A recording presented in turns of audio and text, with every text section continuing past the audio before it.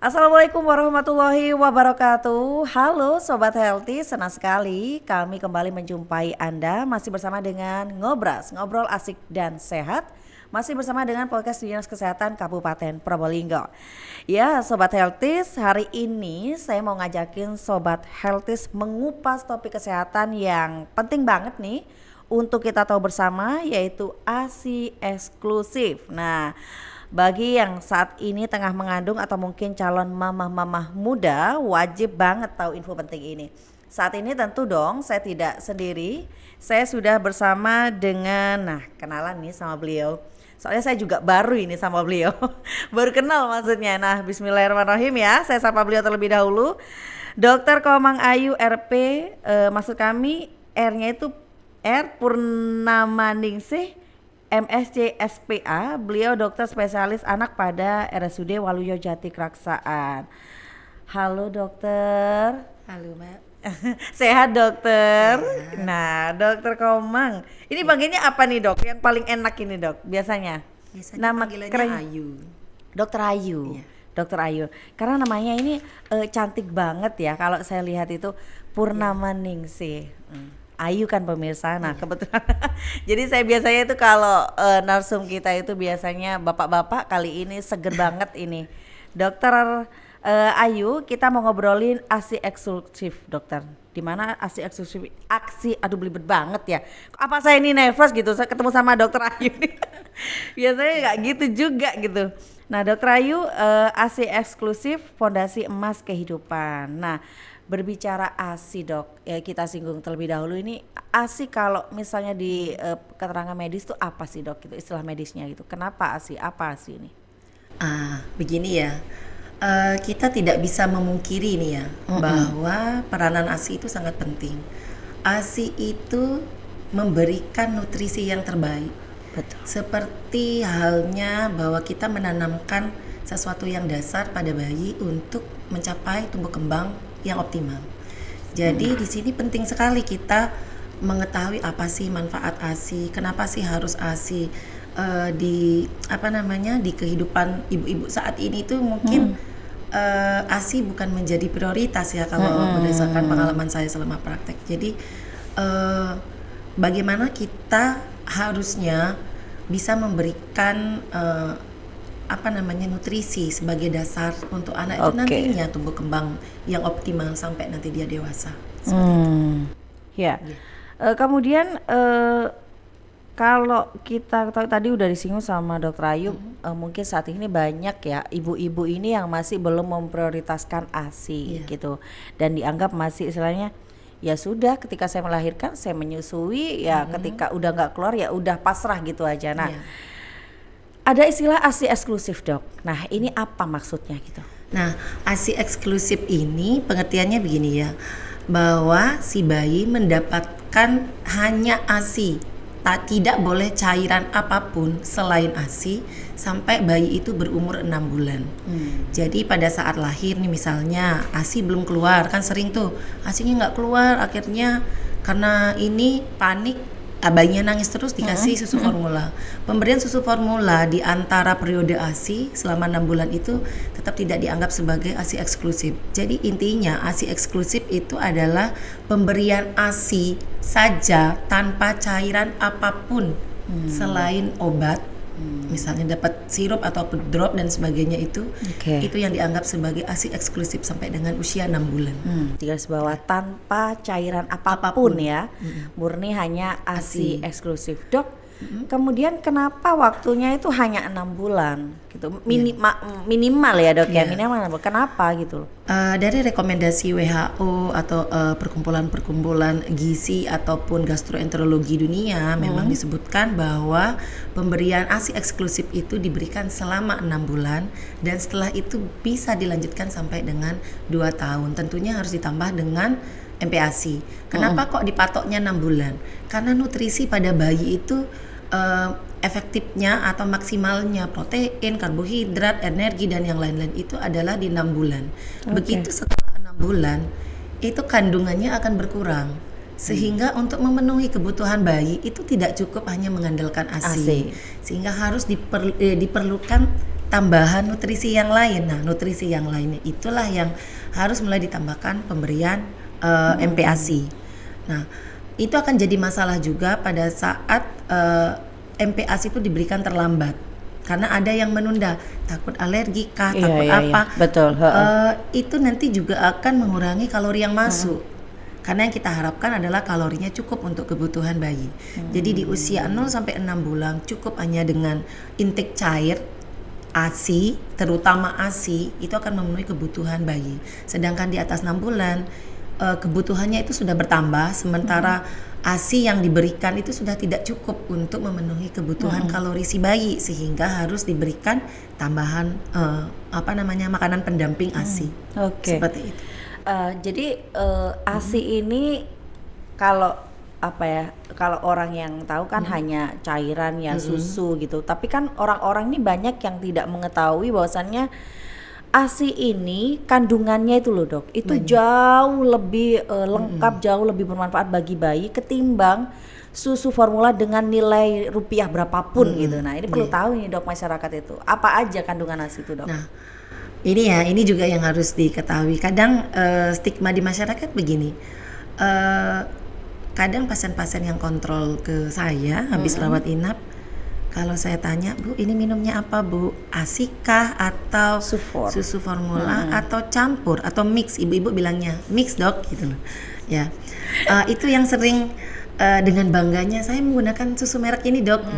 Dengan harganya Dengan mahal harga gitu ya kan. Kita menggarisbawahi bahwa seberapa mahal pun harga susu formula itu tidak pernah akan bisa menggantikan ASI. Jadi kalaupun ASI itu tidak ada, pilihannya tetap ASI sampai kesekian, yang terakhir baru adalah susu formula. Kalau dalam kondisi khusus dan sudah sangat tidak memungkinkan memberikan ASI. Kandungan ASI sangat banyak, dari makronutrien, mikronutrien, kekebalan, imunoglobulin. Di sini ada karbohidrat, protein, lemak, kemudian mineral-mineral, vitamin, kemudian yang tak kalah penting adalah adanya imunoglobulin. A, M, G itu yang paling banyak. Yang paling banyak pada ASI, terutama pada kolostrum, adalah imunoglobulin A. Itu baik untuk pencernaan bayi. Sehingga diharapkan pada saat bayi-bayi itu baru lahir, bukan susu formula yang dia dapatkan, tetapi ASI lah yang dia dapatkan. Apalagi bisa mendapatkan kolostrum. Karena kolostrum itu sangat membantu sekali untuk memberikan kekebalan ke bayinya, kandungan imunoglobulinnya banyak, kemudian dia bisa membantu proses pembersihan mekonium di dalam perutnya si bayi. Mekonium itu BAB bayi yang berwarna hitam kayak petis pekat. Di awal-awal lahir kan seperti itu. Betul. Nanti lama-lama akan berwarna kuning-kuning kecoklatan. Nah, ini kandungannya itu sangat banyak dan itu tidak kita dapatkan di dalam susu formula. Mau yang harganya berapa ratus ribu, mau yang harganya murah, pada dasarnya susu formula tidak pernah bisa menggantikan ASI. Nah, berarti melihat dari kandungannya yang sudah super duper lengkap itu, berarti para ibu ini atau mungkin keluarga si ibu ini tidak perlu lagi cemas atau khawatir si bayi ini akan merasa kelaparan ya dok. Iya, tentunya. Kadang kan mitosnya di masyarakat itu anaknya nggak kenyang karena rewel. Oh ini nggak kenyang ini makanya cuma diberi ASI tok gitu. Nah, jadi itu gimana itu dok? Salah ya, itu mitos ya? Iya, itu mitos, itu pastinya mitos ya. Gini, ASInya si ibu itu sudah dipersiapkan sejak ibu itu hamil.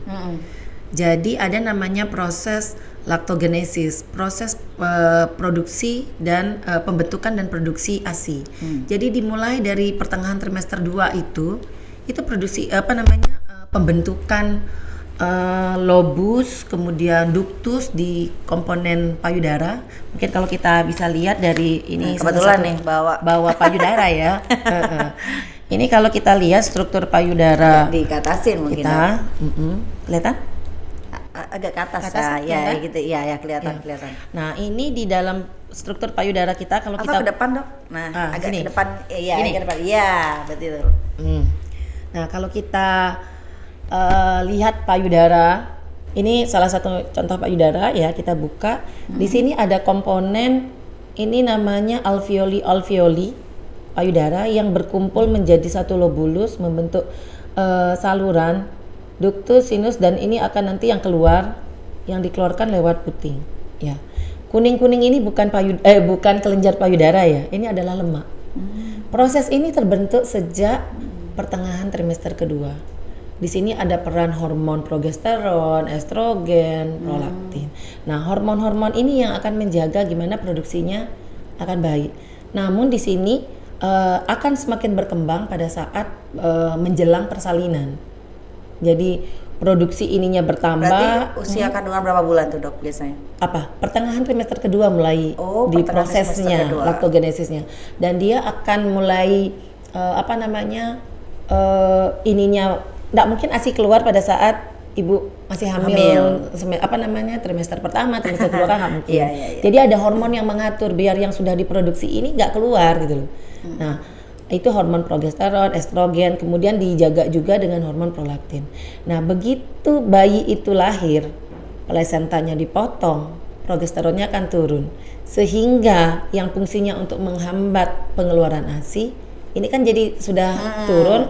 Nah, prolaktinnya akan maju untuk mensekresi ASI sehingga bisa keluar. Normalnya produksi ASI di awal-awal itu jangan berharap banyak dulu. Paling 5 sampai 7 mili karena lambung bayi itu mampunya ya cuma segitu. Sehingga kalau kita memberikan susu formula di awal kehidupan dengan jumlah yang banyak, itu malah beresiko muntah atau gumoh. Ya, gumoh Karena kebanyakan. Karena lambung bayi itu kecil sehingga yang dibutuhkan juga kecil. Dengan bertambahnya usia, produksi ASI juga akan bertambah. Naik 20 mili, 40, 60, 80 sampai nanti di usia kurang dari 3 hari mungkin sekitar 100 mili dia. Tetapi setelah usia 5 hari itu bisa mencapai 750 sampai 800 mili sehari. Jadi ini sesuai dengan supply and demand. Artinya berapa yang dibutuhkan, sebegitu yang disiapkan. Jadi seharusnya tidak ada kata ASINya nggak cukup. Yang harus kita evaluasi, kenapa ASINya tidak adekuat keluarnya. Apakah proses menyusui, perlekatan dan sebagainya itu tidak adekuat sehingga bayinya tidak maksimal, ASINya tidak maksimal keluarnya. Ya. Jadi memang memang kadang mitos-mitos di masyarakat tuh banyak banget sekali gitu loh dok. Nah mumpung bareng dokter Ayu ini kita kupas lebih lanjut gitu. Berarti memang kalau berbicara tadi sudah disinggung ASINya seret. Nah itu berarti yang terpenting, yang mempunyai peran penting agar si ASI ini bisa keluar dengan lancar. Nah itu bukan hanya ibu saja kan dok ya? Bukan hanya ibu. Nah itu gimana dok biar yang terpenting ya, kadang kita berpikirnya, waduh, ibunya masih sakit nih habis lahiran, nggak bisa nih nyusui dok, jadi kasih sufor aja gitu. Terus keluarga kalau ngeliat bayi nangis langsung heboh. Ya itu sudah menjadi keluhan yang rutin ya. Jadi dalam menyusui itu tidak semata-mata fokusnya hanya pada ibunya saja. Kita juga harus melihat faktor ibu, faktor bayi, dan faktor lingkungan atau pendukungnya. Faktor ibu siap tidak menyusui, kemudian psikologis ibunya juga harus dilihat. Kalau beberapa ibu mengalami baby blues, dia nggak mau pegang bayinya. Pokoknya ngelihat bayinya itu sudah kayak udah emosi anti terus banget. ya. Dan itu ada beberapa ibu yang berlanjut sampai usia 1 bulan, 2 bulan, kayaknya anti gitu loh ngelihat bayinya. Kemudian selain faktor psikologis ibu, nyeri pada ibu habis melahirkan itu akan berbeda pada ibu yang lahiran normal atau lahiran sesar juga ikut mempengaruhi. Tetapi jika itu sudah dipersiapkan sebelum melahirkan, harusnya itu sudah tidak menjadi masalah. Karena hamil dan melahirkan itu kan sesuatu yang sudah terencana. Bukan tiba-tiba hamil dan melahirkan kan. Kita dikasih waktu 9 bulan untuk mempersiapkan diri dan mental kita untuk menerima si bayi. Jadi harusnya proses menyusui itu adalah proses yang membahagiakan, bukan menjadi beban. Itu yang sering tidak dipahami apalagi oleh ibu-ibu muda. Kemudian dari faktor, banyak ibu-ibu muda loh ya di sini. Iya, betul. 15 tahun sudah punya sudah anak. Diberikan anugerah ya, amanah bonus gitu. Dikasih cepat. Iya, dikasih bayi lebih awal. Kemudian faktor bayi yang harus dilihat adalah bagaimana cara menghisap atau kemampuan menghisap atau menyusuinya si bayi. Sebenarnya itu memegang peranan penting. Kalau proses menyusuinya atau menghisapnya bayi tidak baik, perlekatannya tidak baik, maka stimulasi payudara tidak akan terjadi. Yang ada hanya lecet saja. Kalau stimulasi payudaranya tidak terjadi, dampaknya apa? Payudara tidak akan terstimulasi untuk mengeluarkan ASI-nya, sehingga dia stagnan kan di dalam payudara, sehingga pengosongan payudaranya, pengosongan ASI-nya juga akan berkurang. Misalnya nih, anggap satu payudara isinya 30 cc, ternyata 30 mili, ternyata yang dikeluarin cuma 10 karena jarang nyusui, jarang terjadi, jarang bayinya ngenyot langsung ke ibunya, sehingga masih sisa 20 cc. Kira-kira apa yang terjadi? Tubuh Sakit. kita akan mengeluarkan salah satu zat yang fungsinya untuk menghambat produksi ASI. Jadi karena sudah ada nih 20, tugas saya kan cuma 10 lagi. Jadi dia mengirim sinyal ke otak sehingga produksi ASI-nya hanya cukup untuk memenuhi 10 karena kapasitasnya 30, sehingga jumlah ASI akan berkurang, semakin lama berkurang akhirnya tidak produksi. Itu yang sering dibilang sama ibu, ASI saya kering, 1 bulan udah kering. Kenapa kok bisa kering? Ya itu karena stimulasi mulutnya bayi ke payudara itu jarang, itu kurang. Semakin bayinya nangis, semakin semangatlah botol dot akan mendekat. Iya. Karena bayi tidak boleh menangis versi ibu-ibu dan orang tua. Gitu.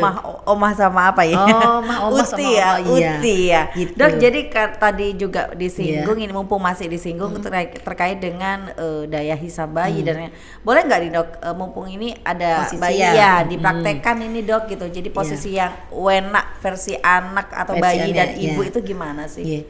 Jadi di bayi-bayi baru lahir mungkin sampai usia 1-2 bulan masih bisa kita posisikan sesuai dengan keinginan kita dulu ya, yang posisi yang pas. Ini tujuannya adalah salah satu cara untuk mengatasi mitos ASI kurang atau ASI tidak ada ASI atau ASI kurang. Mampet. Itu ada konsep laktogenesis dan konsep galaktopoiesis. Laktogenesis itu prosesnya begini, konsepnya adalah bagaimana menstimulasi payudara. Jadi dia harus sering disusui. Konsep galaktopoiesis bagaimana proses mengeluarkan ASI. Sudah terstimulasi tapi nggak keluar kan sama aja. Ya, jadi itu harus jadi satu kesatuan. Distimulasi untuk ASI-nya produksi dan distimulasi juga biar ASI-nya keluar. Nah, itu satu, butuh posisi perlekatan yang baik. Itu butuh kerjasama antara ibu dan bayi. Ibu sakit bisa mengkondisikan gimana posisi yang nyaman. Kita coba praktekkan ya. Jadi posisi ibu dulu yang ditentukan. Ibu harus nyaman. Tidak boleh kaki itu jinjit. Boleh duduk pakai sandaran. Boleh di tempat tidur. Yang penting punggung itu menyandar. Ya. Begini nggak boleh. Ini kan nggak nyaman. Paling bertahan 5 menit. Jadi harus bersandar. Jadi ya? harus bersandar. Jadi ininya itu nyaman. Terus kita nggak boleh jinjit, karena kan kita jadi fokusnya pada kaki kita untuk menahan kan. Jadi bawah itu kudu ditambah mungkin bantalan atau kursi atau apa sih namanya itu, apalah yang bisa dipakai untuk memposisikan ibu biar kakinya, kakinya itu itu nggak jinjit nyentuh ya, gitu ya. nyentuh, ya. Kemudian posisi bayi, setelah ibunya nyaman, payudaranya dibuka. Kadang yang mengganggu juga adalah ibu-ibu suka pakai payudara yang keluar cuman pakai BH yang keluar putingnya aja.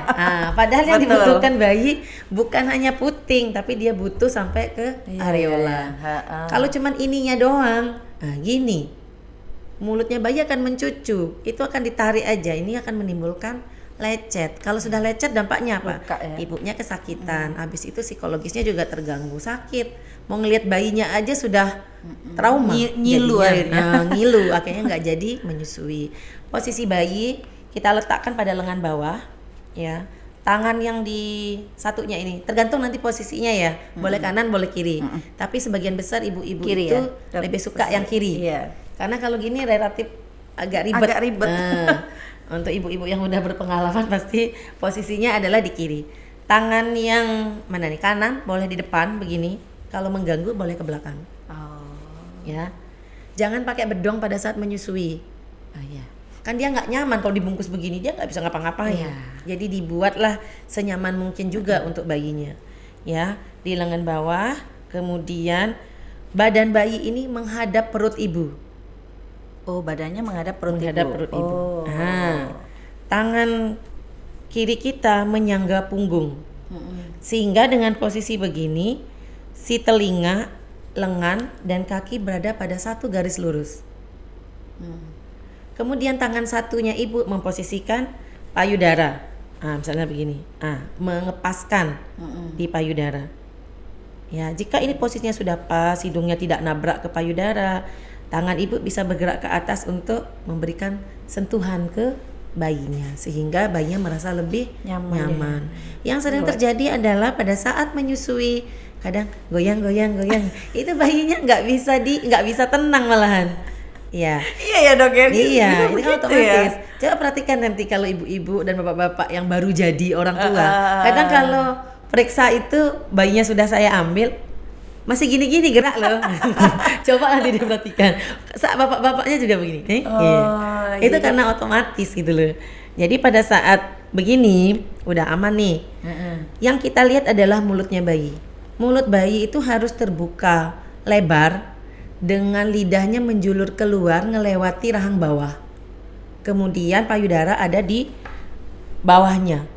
Jangan ada di atas kan nggak bisa, sehingga masuk di bawah bibir atas. Kemudian dia akan masuk sampai ke areola. Jadi begini mulutnya. Kalau dia masih begini, itu akan muncul suara cek. Nah, itu berarti nggak pas. Jadi dia harus masuk. Yang ada adalah suara menelan, glek, pelan tapi dalam. Itu yang diharapkan. Berarti itu posisinya sudah benar. Itu udah ngenyotnya udah pas gitu berarti. Pasti itu enggak lecet. Kalau yang bunyi-bunyi heboh tuh bayinya lahap, itu bukan lahap, dia masih memposisikan diri biar masih mencari posisi yang dapatnya pas. Itu malah asinya payudaranya jadi lecet. Nah, dengan posisi begini, ini yang sering juga jadi masalah adalah pada saat asinya awal-awal keluar, itu kan masih encer ya. Kadang dianggap itu nggak bagus. Nah, itu awal-awal itu ya, memang bagus katanya dok ya. Encer-encer awal itu kandungan protein dan sebagainya memang banyak. Cuma dia kandungan airnya emang lebih banyak, kandungan lemaknya lebih sedikit. Nah, ASI yang terakhir itu hind milk, yang tadi kan pore milk, itu kandungan lemaknya lebih banyak sehingga kalorinya lebih banyak. Kita juga harus melihat kadang ibu-ibu yang menyusui yang payudaranya ASInya banyak, itu kadang kan membuat aliran ASInya jadi deras. Sehingga si bayi itu seperti orang kelelep gitu loh. Kewalahan, belum nelen sudah keluar lagi. Belum nelen keluar lagi. Sehingga bisa diakali salah satunya dengan pumping untuk mengurangi aliran dulu untuk meminimalkan risiko tersedak.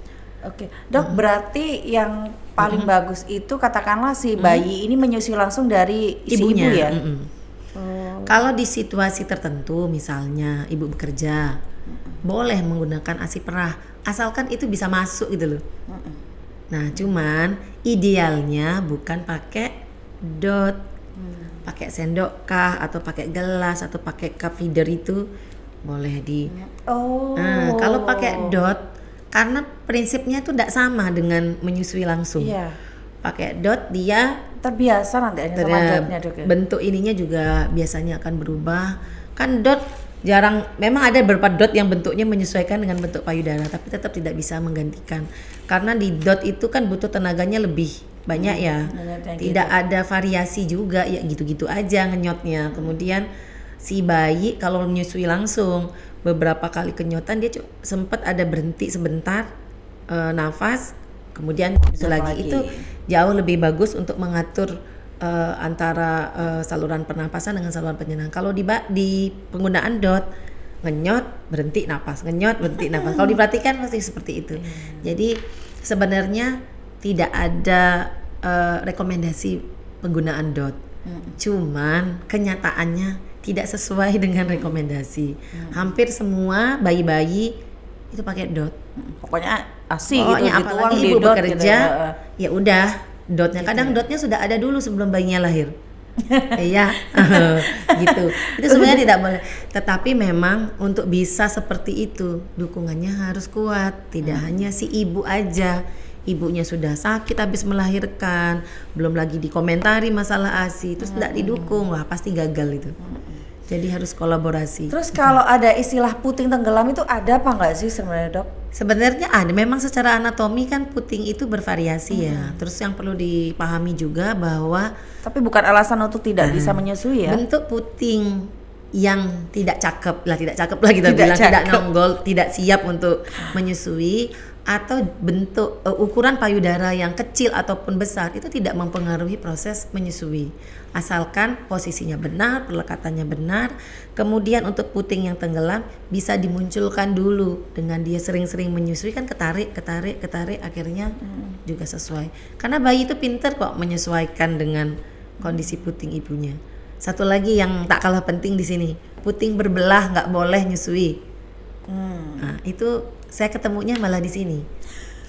Mitos itu di sini. Probolinggo. Iya, kalau putingnya berbelah nggak boleh. Katanya gitu. Itu tidak masuk dalam kriteria ya. Artinya puting berbelah, puting tenggelam itu tidak masalah untuk menyusui. Jadi asalkan proses menyusuinya bagus, perlekatannya baik, harusnya tidak ada masalah.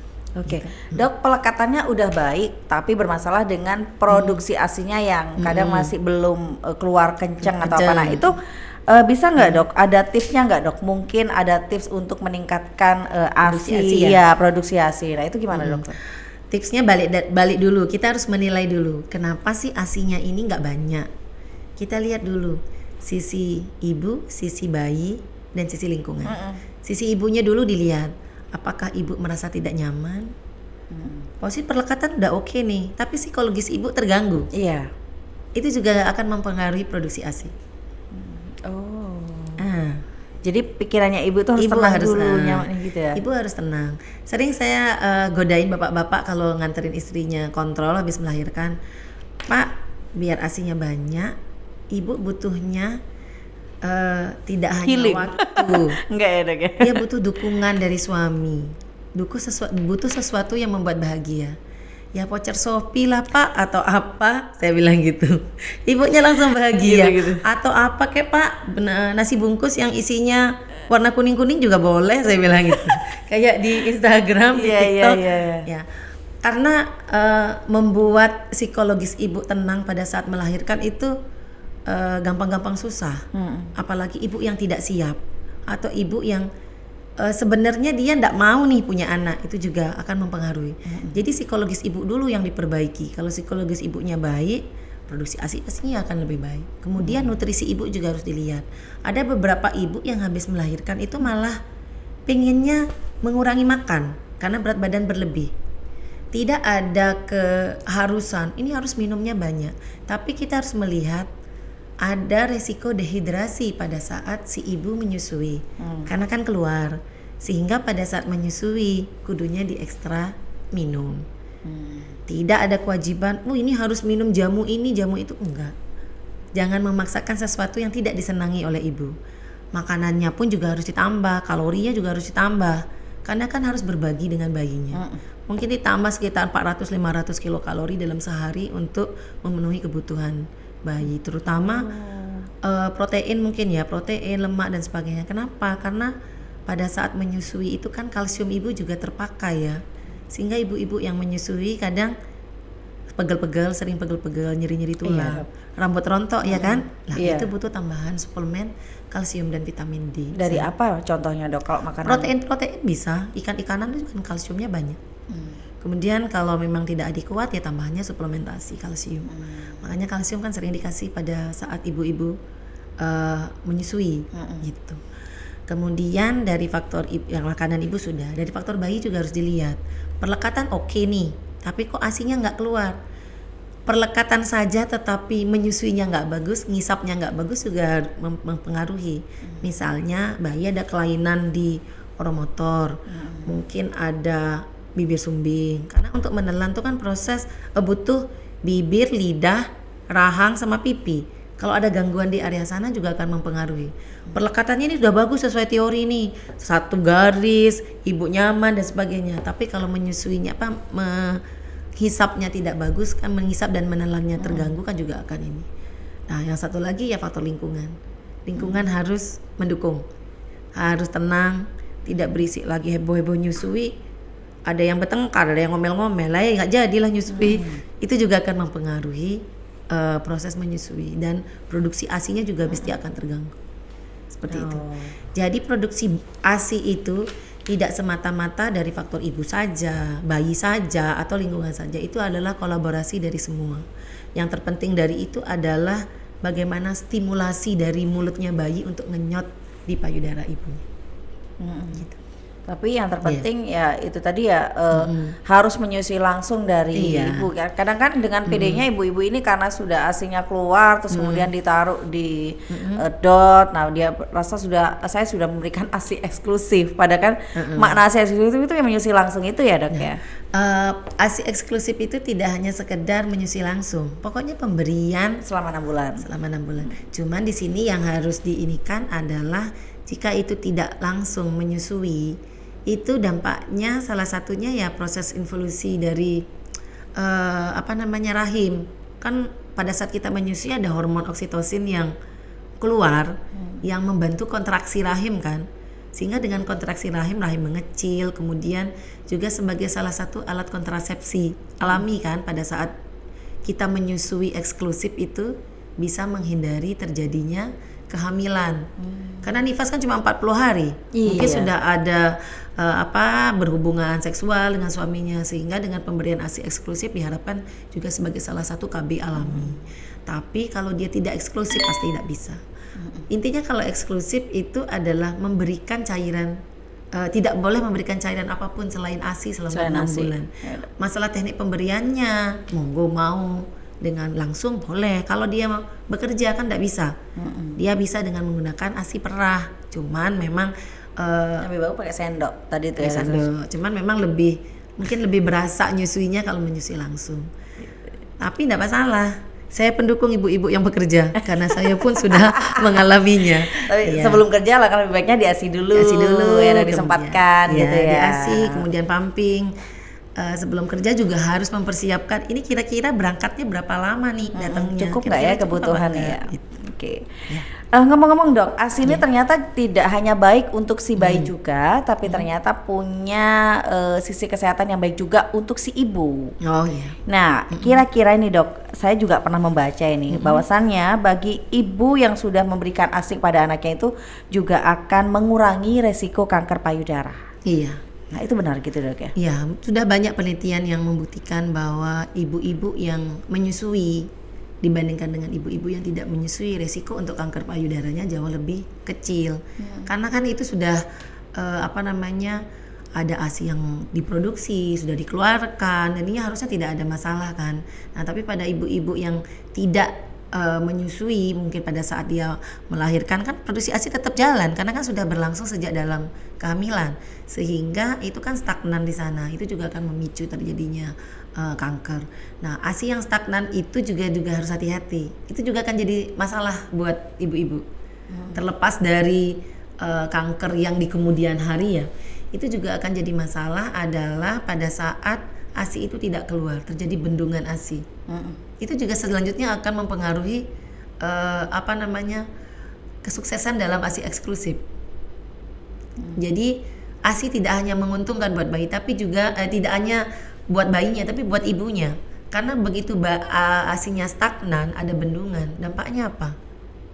Susunya bengkak, kemudian ada infeksi. Jadilah mastitis. Pernah lihat ibu-ibu yang payudaranya besar, bengkak, merah, jangankan disentuh, mungkin orang lewat aja sudah berasa sakit dia. Nah, itu kan harus dikeluarkan, sudah membutuhkan isinya mungkin dari awalnya cuma ASI, lama-lama jadi terinfeksi, jadinya isinya nanah, itu kan juga harus dikeluarkan, butuh tindakan bedah. Tidak hanya kita berpikir masalah kedepannya nanti jadi kanker, tapi efek jangka pendeknya juga harus dilihat. Pada saat ASI sudah diproduksi, tapi kok yang nggak dikeluarin, ya itu.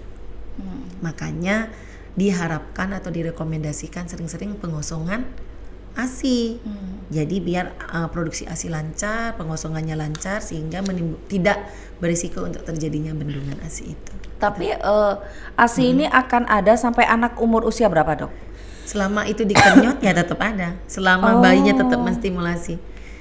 Tapi kandungannya yang dipertanyakan sudah tidak sesuai lagi dengan bayi usia di bawah 6 bulan. Makanya di atas 6 bulan aja kita sudah memberikan MPASI. Karena untuk memenuhi kebutuhan kalori yang Gitu ya, Dok, tidak tercukupi dari ASI. Nah, bayangkan nanti dia menyusui sampai 2 tahun. Di atas 2 tahun lah. Kira-kira ASINya keluar nggak? Keluar. Mungkin kandungan airnya yang lebih banyak. Kalau kandungan airnya lebih banyak, kalorinya dapat nggak? Enggak. Gitu. Boleh nggak menyusui sampai? Ya boleh-boleh aja. Cuman ya mau apa? Mau dapat apa gitu loh. Iya. Jadi tapi kalau di masyarakat yang paling banyak itu sampai usia memang 2 tahun ya, Dok ya. Gitu. Tapi yang Ada terpenting yang 6 sampai bulan. usia SD kok. Aduh. Sampai anaknya bergigi banyak pun. Aduh, apa nggak sakit itu ibunya ya, Dok ya? Itu Ya Allah. ya seperti cuman ngempeng aja, cuman main ngempeng aja. ya. Itu nantinya akan mempengaruhi status gizi juga. Ini jadi merembet status gizi ya. Karena kalau anak-anak yang ngempeng isinya cuman air doang, dia kan tetap kenyang sebenarnya kan. Karena kan ada air. Kita minum air putih aja kan benar kenyang kan. Nah, kalau itu dibiarkan, dia nggak akan rasa laparnya jadi berkurang gitu loh, sehingga dia tidak mau makan karena sudah nyaman dengan ini ibunya, payudara ibunya, sehingga sudah berkurang lah di jatah makannya. Kalau sudah berkurang ya dampaknya stunting menanti nih habis ini. Tapi secara psikologis juga nggak bagus juga sebenarnya, Dok ya, kalau sampai SD sampai kemudian masih menyusui ke ibu itu. Iya. Jadi memang normalnya yang paling bagus adalah usia 6 bulan, ASI eksklusif 6 bulan itu ya, Dok. Kemudian ya. dilanjutkan sampai usia 2 tahun. 2 tahun. Ya, Dokter Ayu, kalau kita berbicara pemijatan, Dok, untuk khusus payudara biar ASI lancar itu benar demikian atau tidak diperkenankan, Dok? Boleh-boleh saja, itu kan untuk membantu melancarkan ini ya, Ada tekniknya, Dok, caranya mungkin. ASI-nya itu untuk apa namanya? Intinya jangan sampai membuat luka, jangan sampai menimbulkan tekanan yang berlebihan di payudara. Karena juga akan mengganggu produksi ASI-nya. Kalau terlalu ditekan dia kan juga terganggu. Nah, terus pemijatan itu juga pada saat payudaranya itu sudah ada bengkak, mungkin ada infeksi. Dikompres juga nggak hanya mijit, Dok ya? Lebih aman itu mungkin sebelum dipijit mungkin dikompres dulu. Jadi dia biar relaksasi gitu loh. Relaksasi. Nah, memang itu tidak menjadi sesuatu yang wajib ya, karena kalau proses menyusuinya lancar, ibunya udah pintar nyusui, sebenarnya tanpa pemijatan pun juga oke. Tetapi pada beberapa kasus mungkin lebih dibutuhkan adalah kompres. Jadi terkadang air hangat ya, Dok ya? Air hangat. Kompres air hangat sehingga dia saluran payudaranya terbuka. Kan vasodilatasi melebar kan. Kalau dia melebar itu jadi lebih mudah keluarnya. Gitu. Itu jauh lebih mungkin berguna pada saat ibu-ibu mau menyusui, pada saat mau ngambil bayinya lagi tegang-tegang kan sakit, kadang kita terlambat menyusui bayi. Nah, kompres dulu nggak apa-apa, itu jauh lebih nyaman. Banyak banget ini informasi yang Iya. saya dapat setelah anak saya usia berapa nih ya, Dok? 6 tahun. Kalau belajar ASI itu nggak Gitu, pernah selesai. iya. Ilmunya Iya, selalu ilmunya ada terlalu ilmu-ilmu luas, baru, ilmu baru. kemudian kita harus mengupdate diri Iya. juga ya. Dokter Ayu, ada nggak, Dok, pesan khusus mungkin yang saat ini mungkin Sobat Healthies dengarkan ini, mendengar podcast kali ini, khususnya mungkin untuk ibu-ibu yang mungkin saat ini tengah mengandung, agar mungkin pesannya untuk jangan bosan dan jangan pernah kamu menganggap bahwasanya ASImu itu nggak keluar atau bahkan ASI itu nggak penting atau apa. Nah, pesan apa yang mau disampaikan kepada mereka semua, Dok? Buat ibu-ibu muda atau ibu-ibu yang saat ini sedang menyusui atau akan menunggu kelahiran buah hati, yang harus diingat adalah berikan hak setiap bayi untuk mendapatkan ASI. ASI adalah makanan atau nutrisi terbaik buat bayi untuk mengoptimalkan tumbuh kembang sampai bayi itu dewasa. Ya, selain itu pesan penting juga buat keluarga, berikanlah dukungan, lingkungan yang positif buat ibu, sehingga ibu-ibu dapat menyusui dengan nyaman, dengan tenang, dan sukses untuk memberikan ASI eksklusif dan dapat dilanjutkan sampai dengan 2 tahun untuk putra-putrinya. Terima kasih. Hak ya, berikan hak untuk anak kita. Wah, iya ya, itu bagian dari hak juga ternyata Dok ya, untuk memberikan ASI itu hak anak gitu. Ya Dokter Ayu, terima kasih atas kesempatannya, terima kasih juga untuk ilmunya Dok. Sehat selalu buat Dokter Ayu dan semoga next kita bisa jumpa lagi tentunya dengan mungkin tema yang lebih menarik lagi. Kita akan obrolin di podcast kita nantinya seperti apa. Saya mohon undur diri ya Dokter Ayu ya. Terima kasih Dok atas waktunya. Terima gitu. kasih sudah diundang. Iya. Iya Sobat Healthies, itu tadi tema kita yang tentu ini sangat dibutuhkan ya, khususnya bagi para ibu atau mungkin calon ibu yang saat ini akan menunggu momen kelahiran dan nantinya juga akan mempersiapkan diri untuk momen menyusui, memberikan ASI eksklusif kepada bayinya. Seperti pesan yang disampaikan Dokter Ayu tadi, bahwasanya berikan hak ASI kepada putra-putri kita karena itu juga akan menjadi penunjang hingga nanti ia dewasa. Kemudian tadi Dokter Ayu juga menyimpulkan bahwasannya dukungan lingkungan yang terpenting gitu. Jangan sampai si ibu merasa tidak nyaman saat memberikan ASI sehingga juga akan mempengaruhi produksi ASI. Akhir kata, saya bersama dengan kerabat kerja yang bertugas pada podcast kita pada edisi kali ini mengucapkan banyak terima kasih. Wassalamualaikum dan sampai jumpa. Semangat mengasihi. Semangat mengasihi.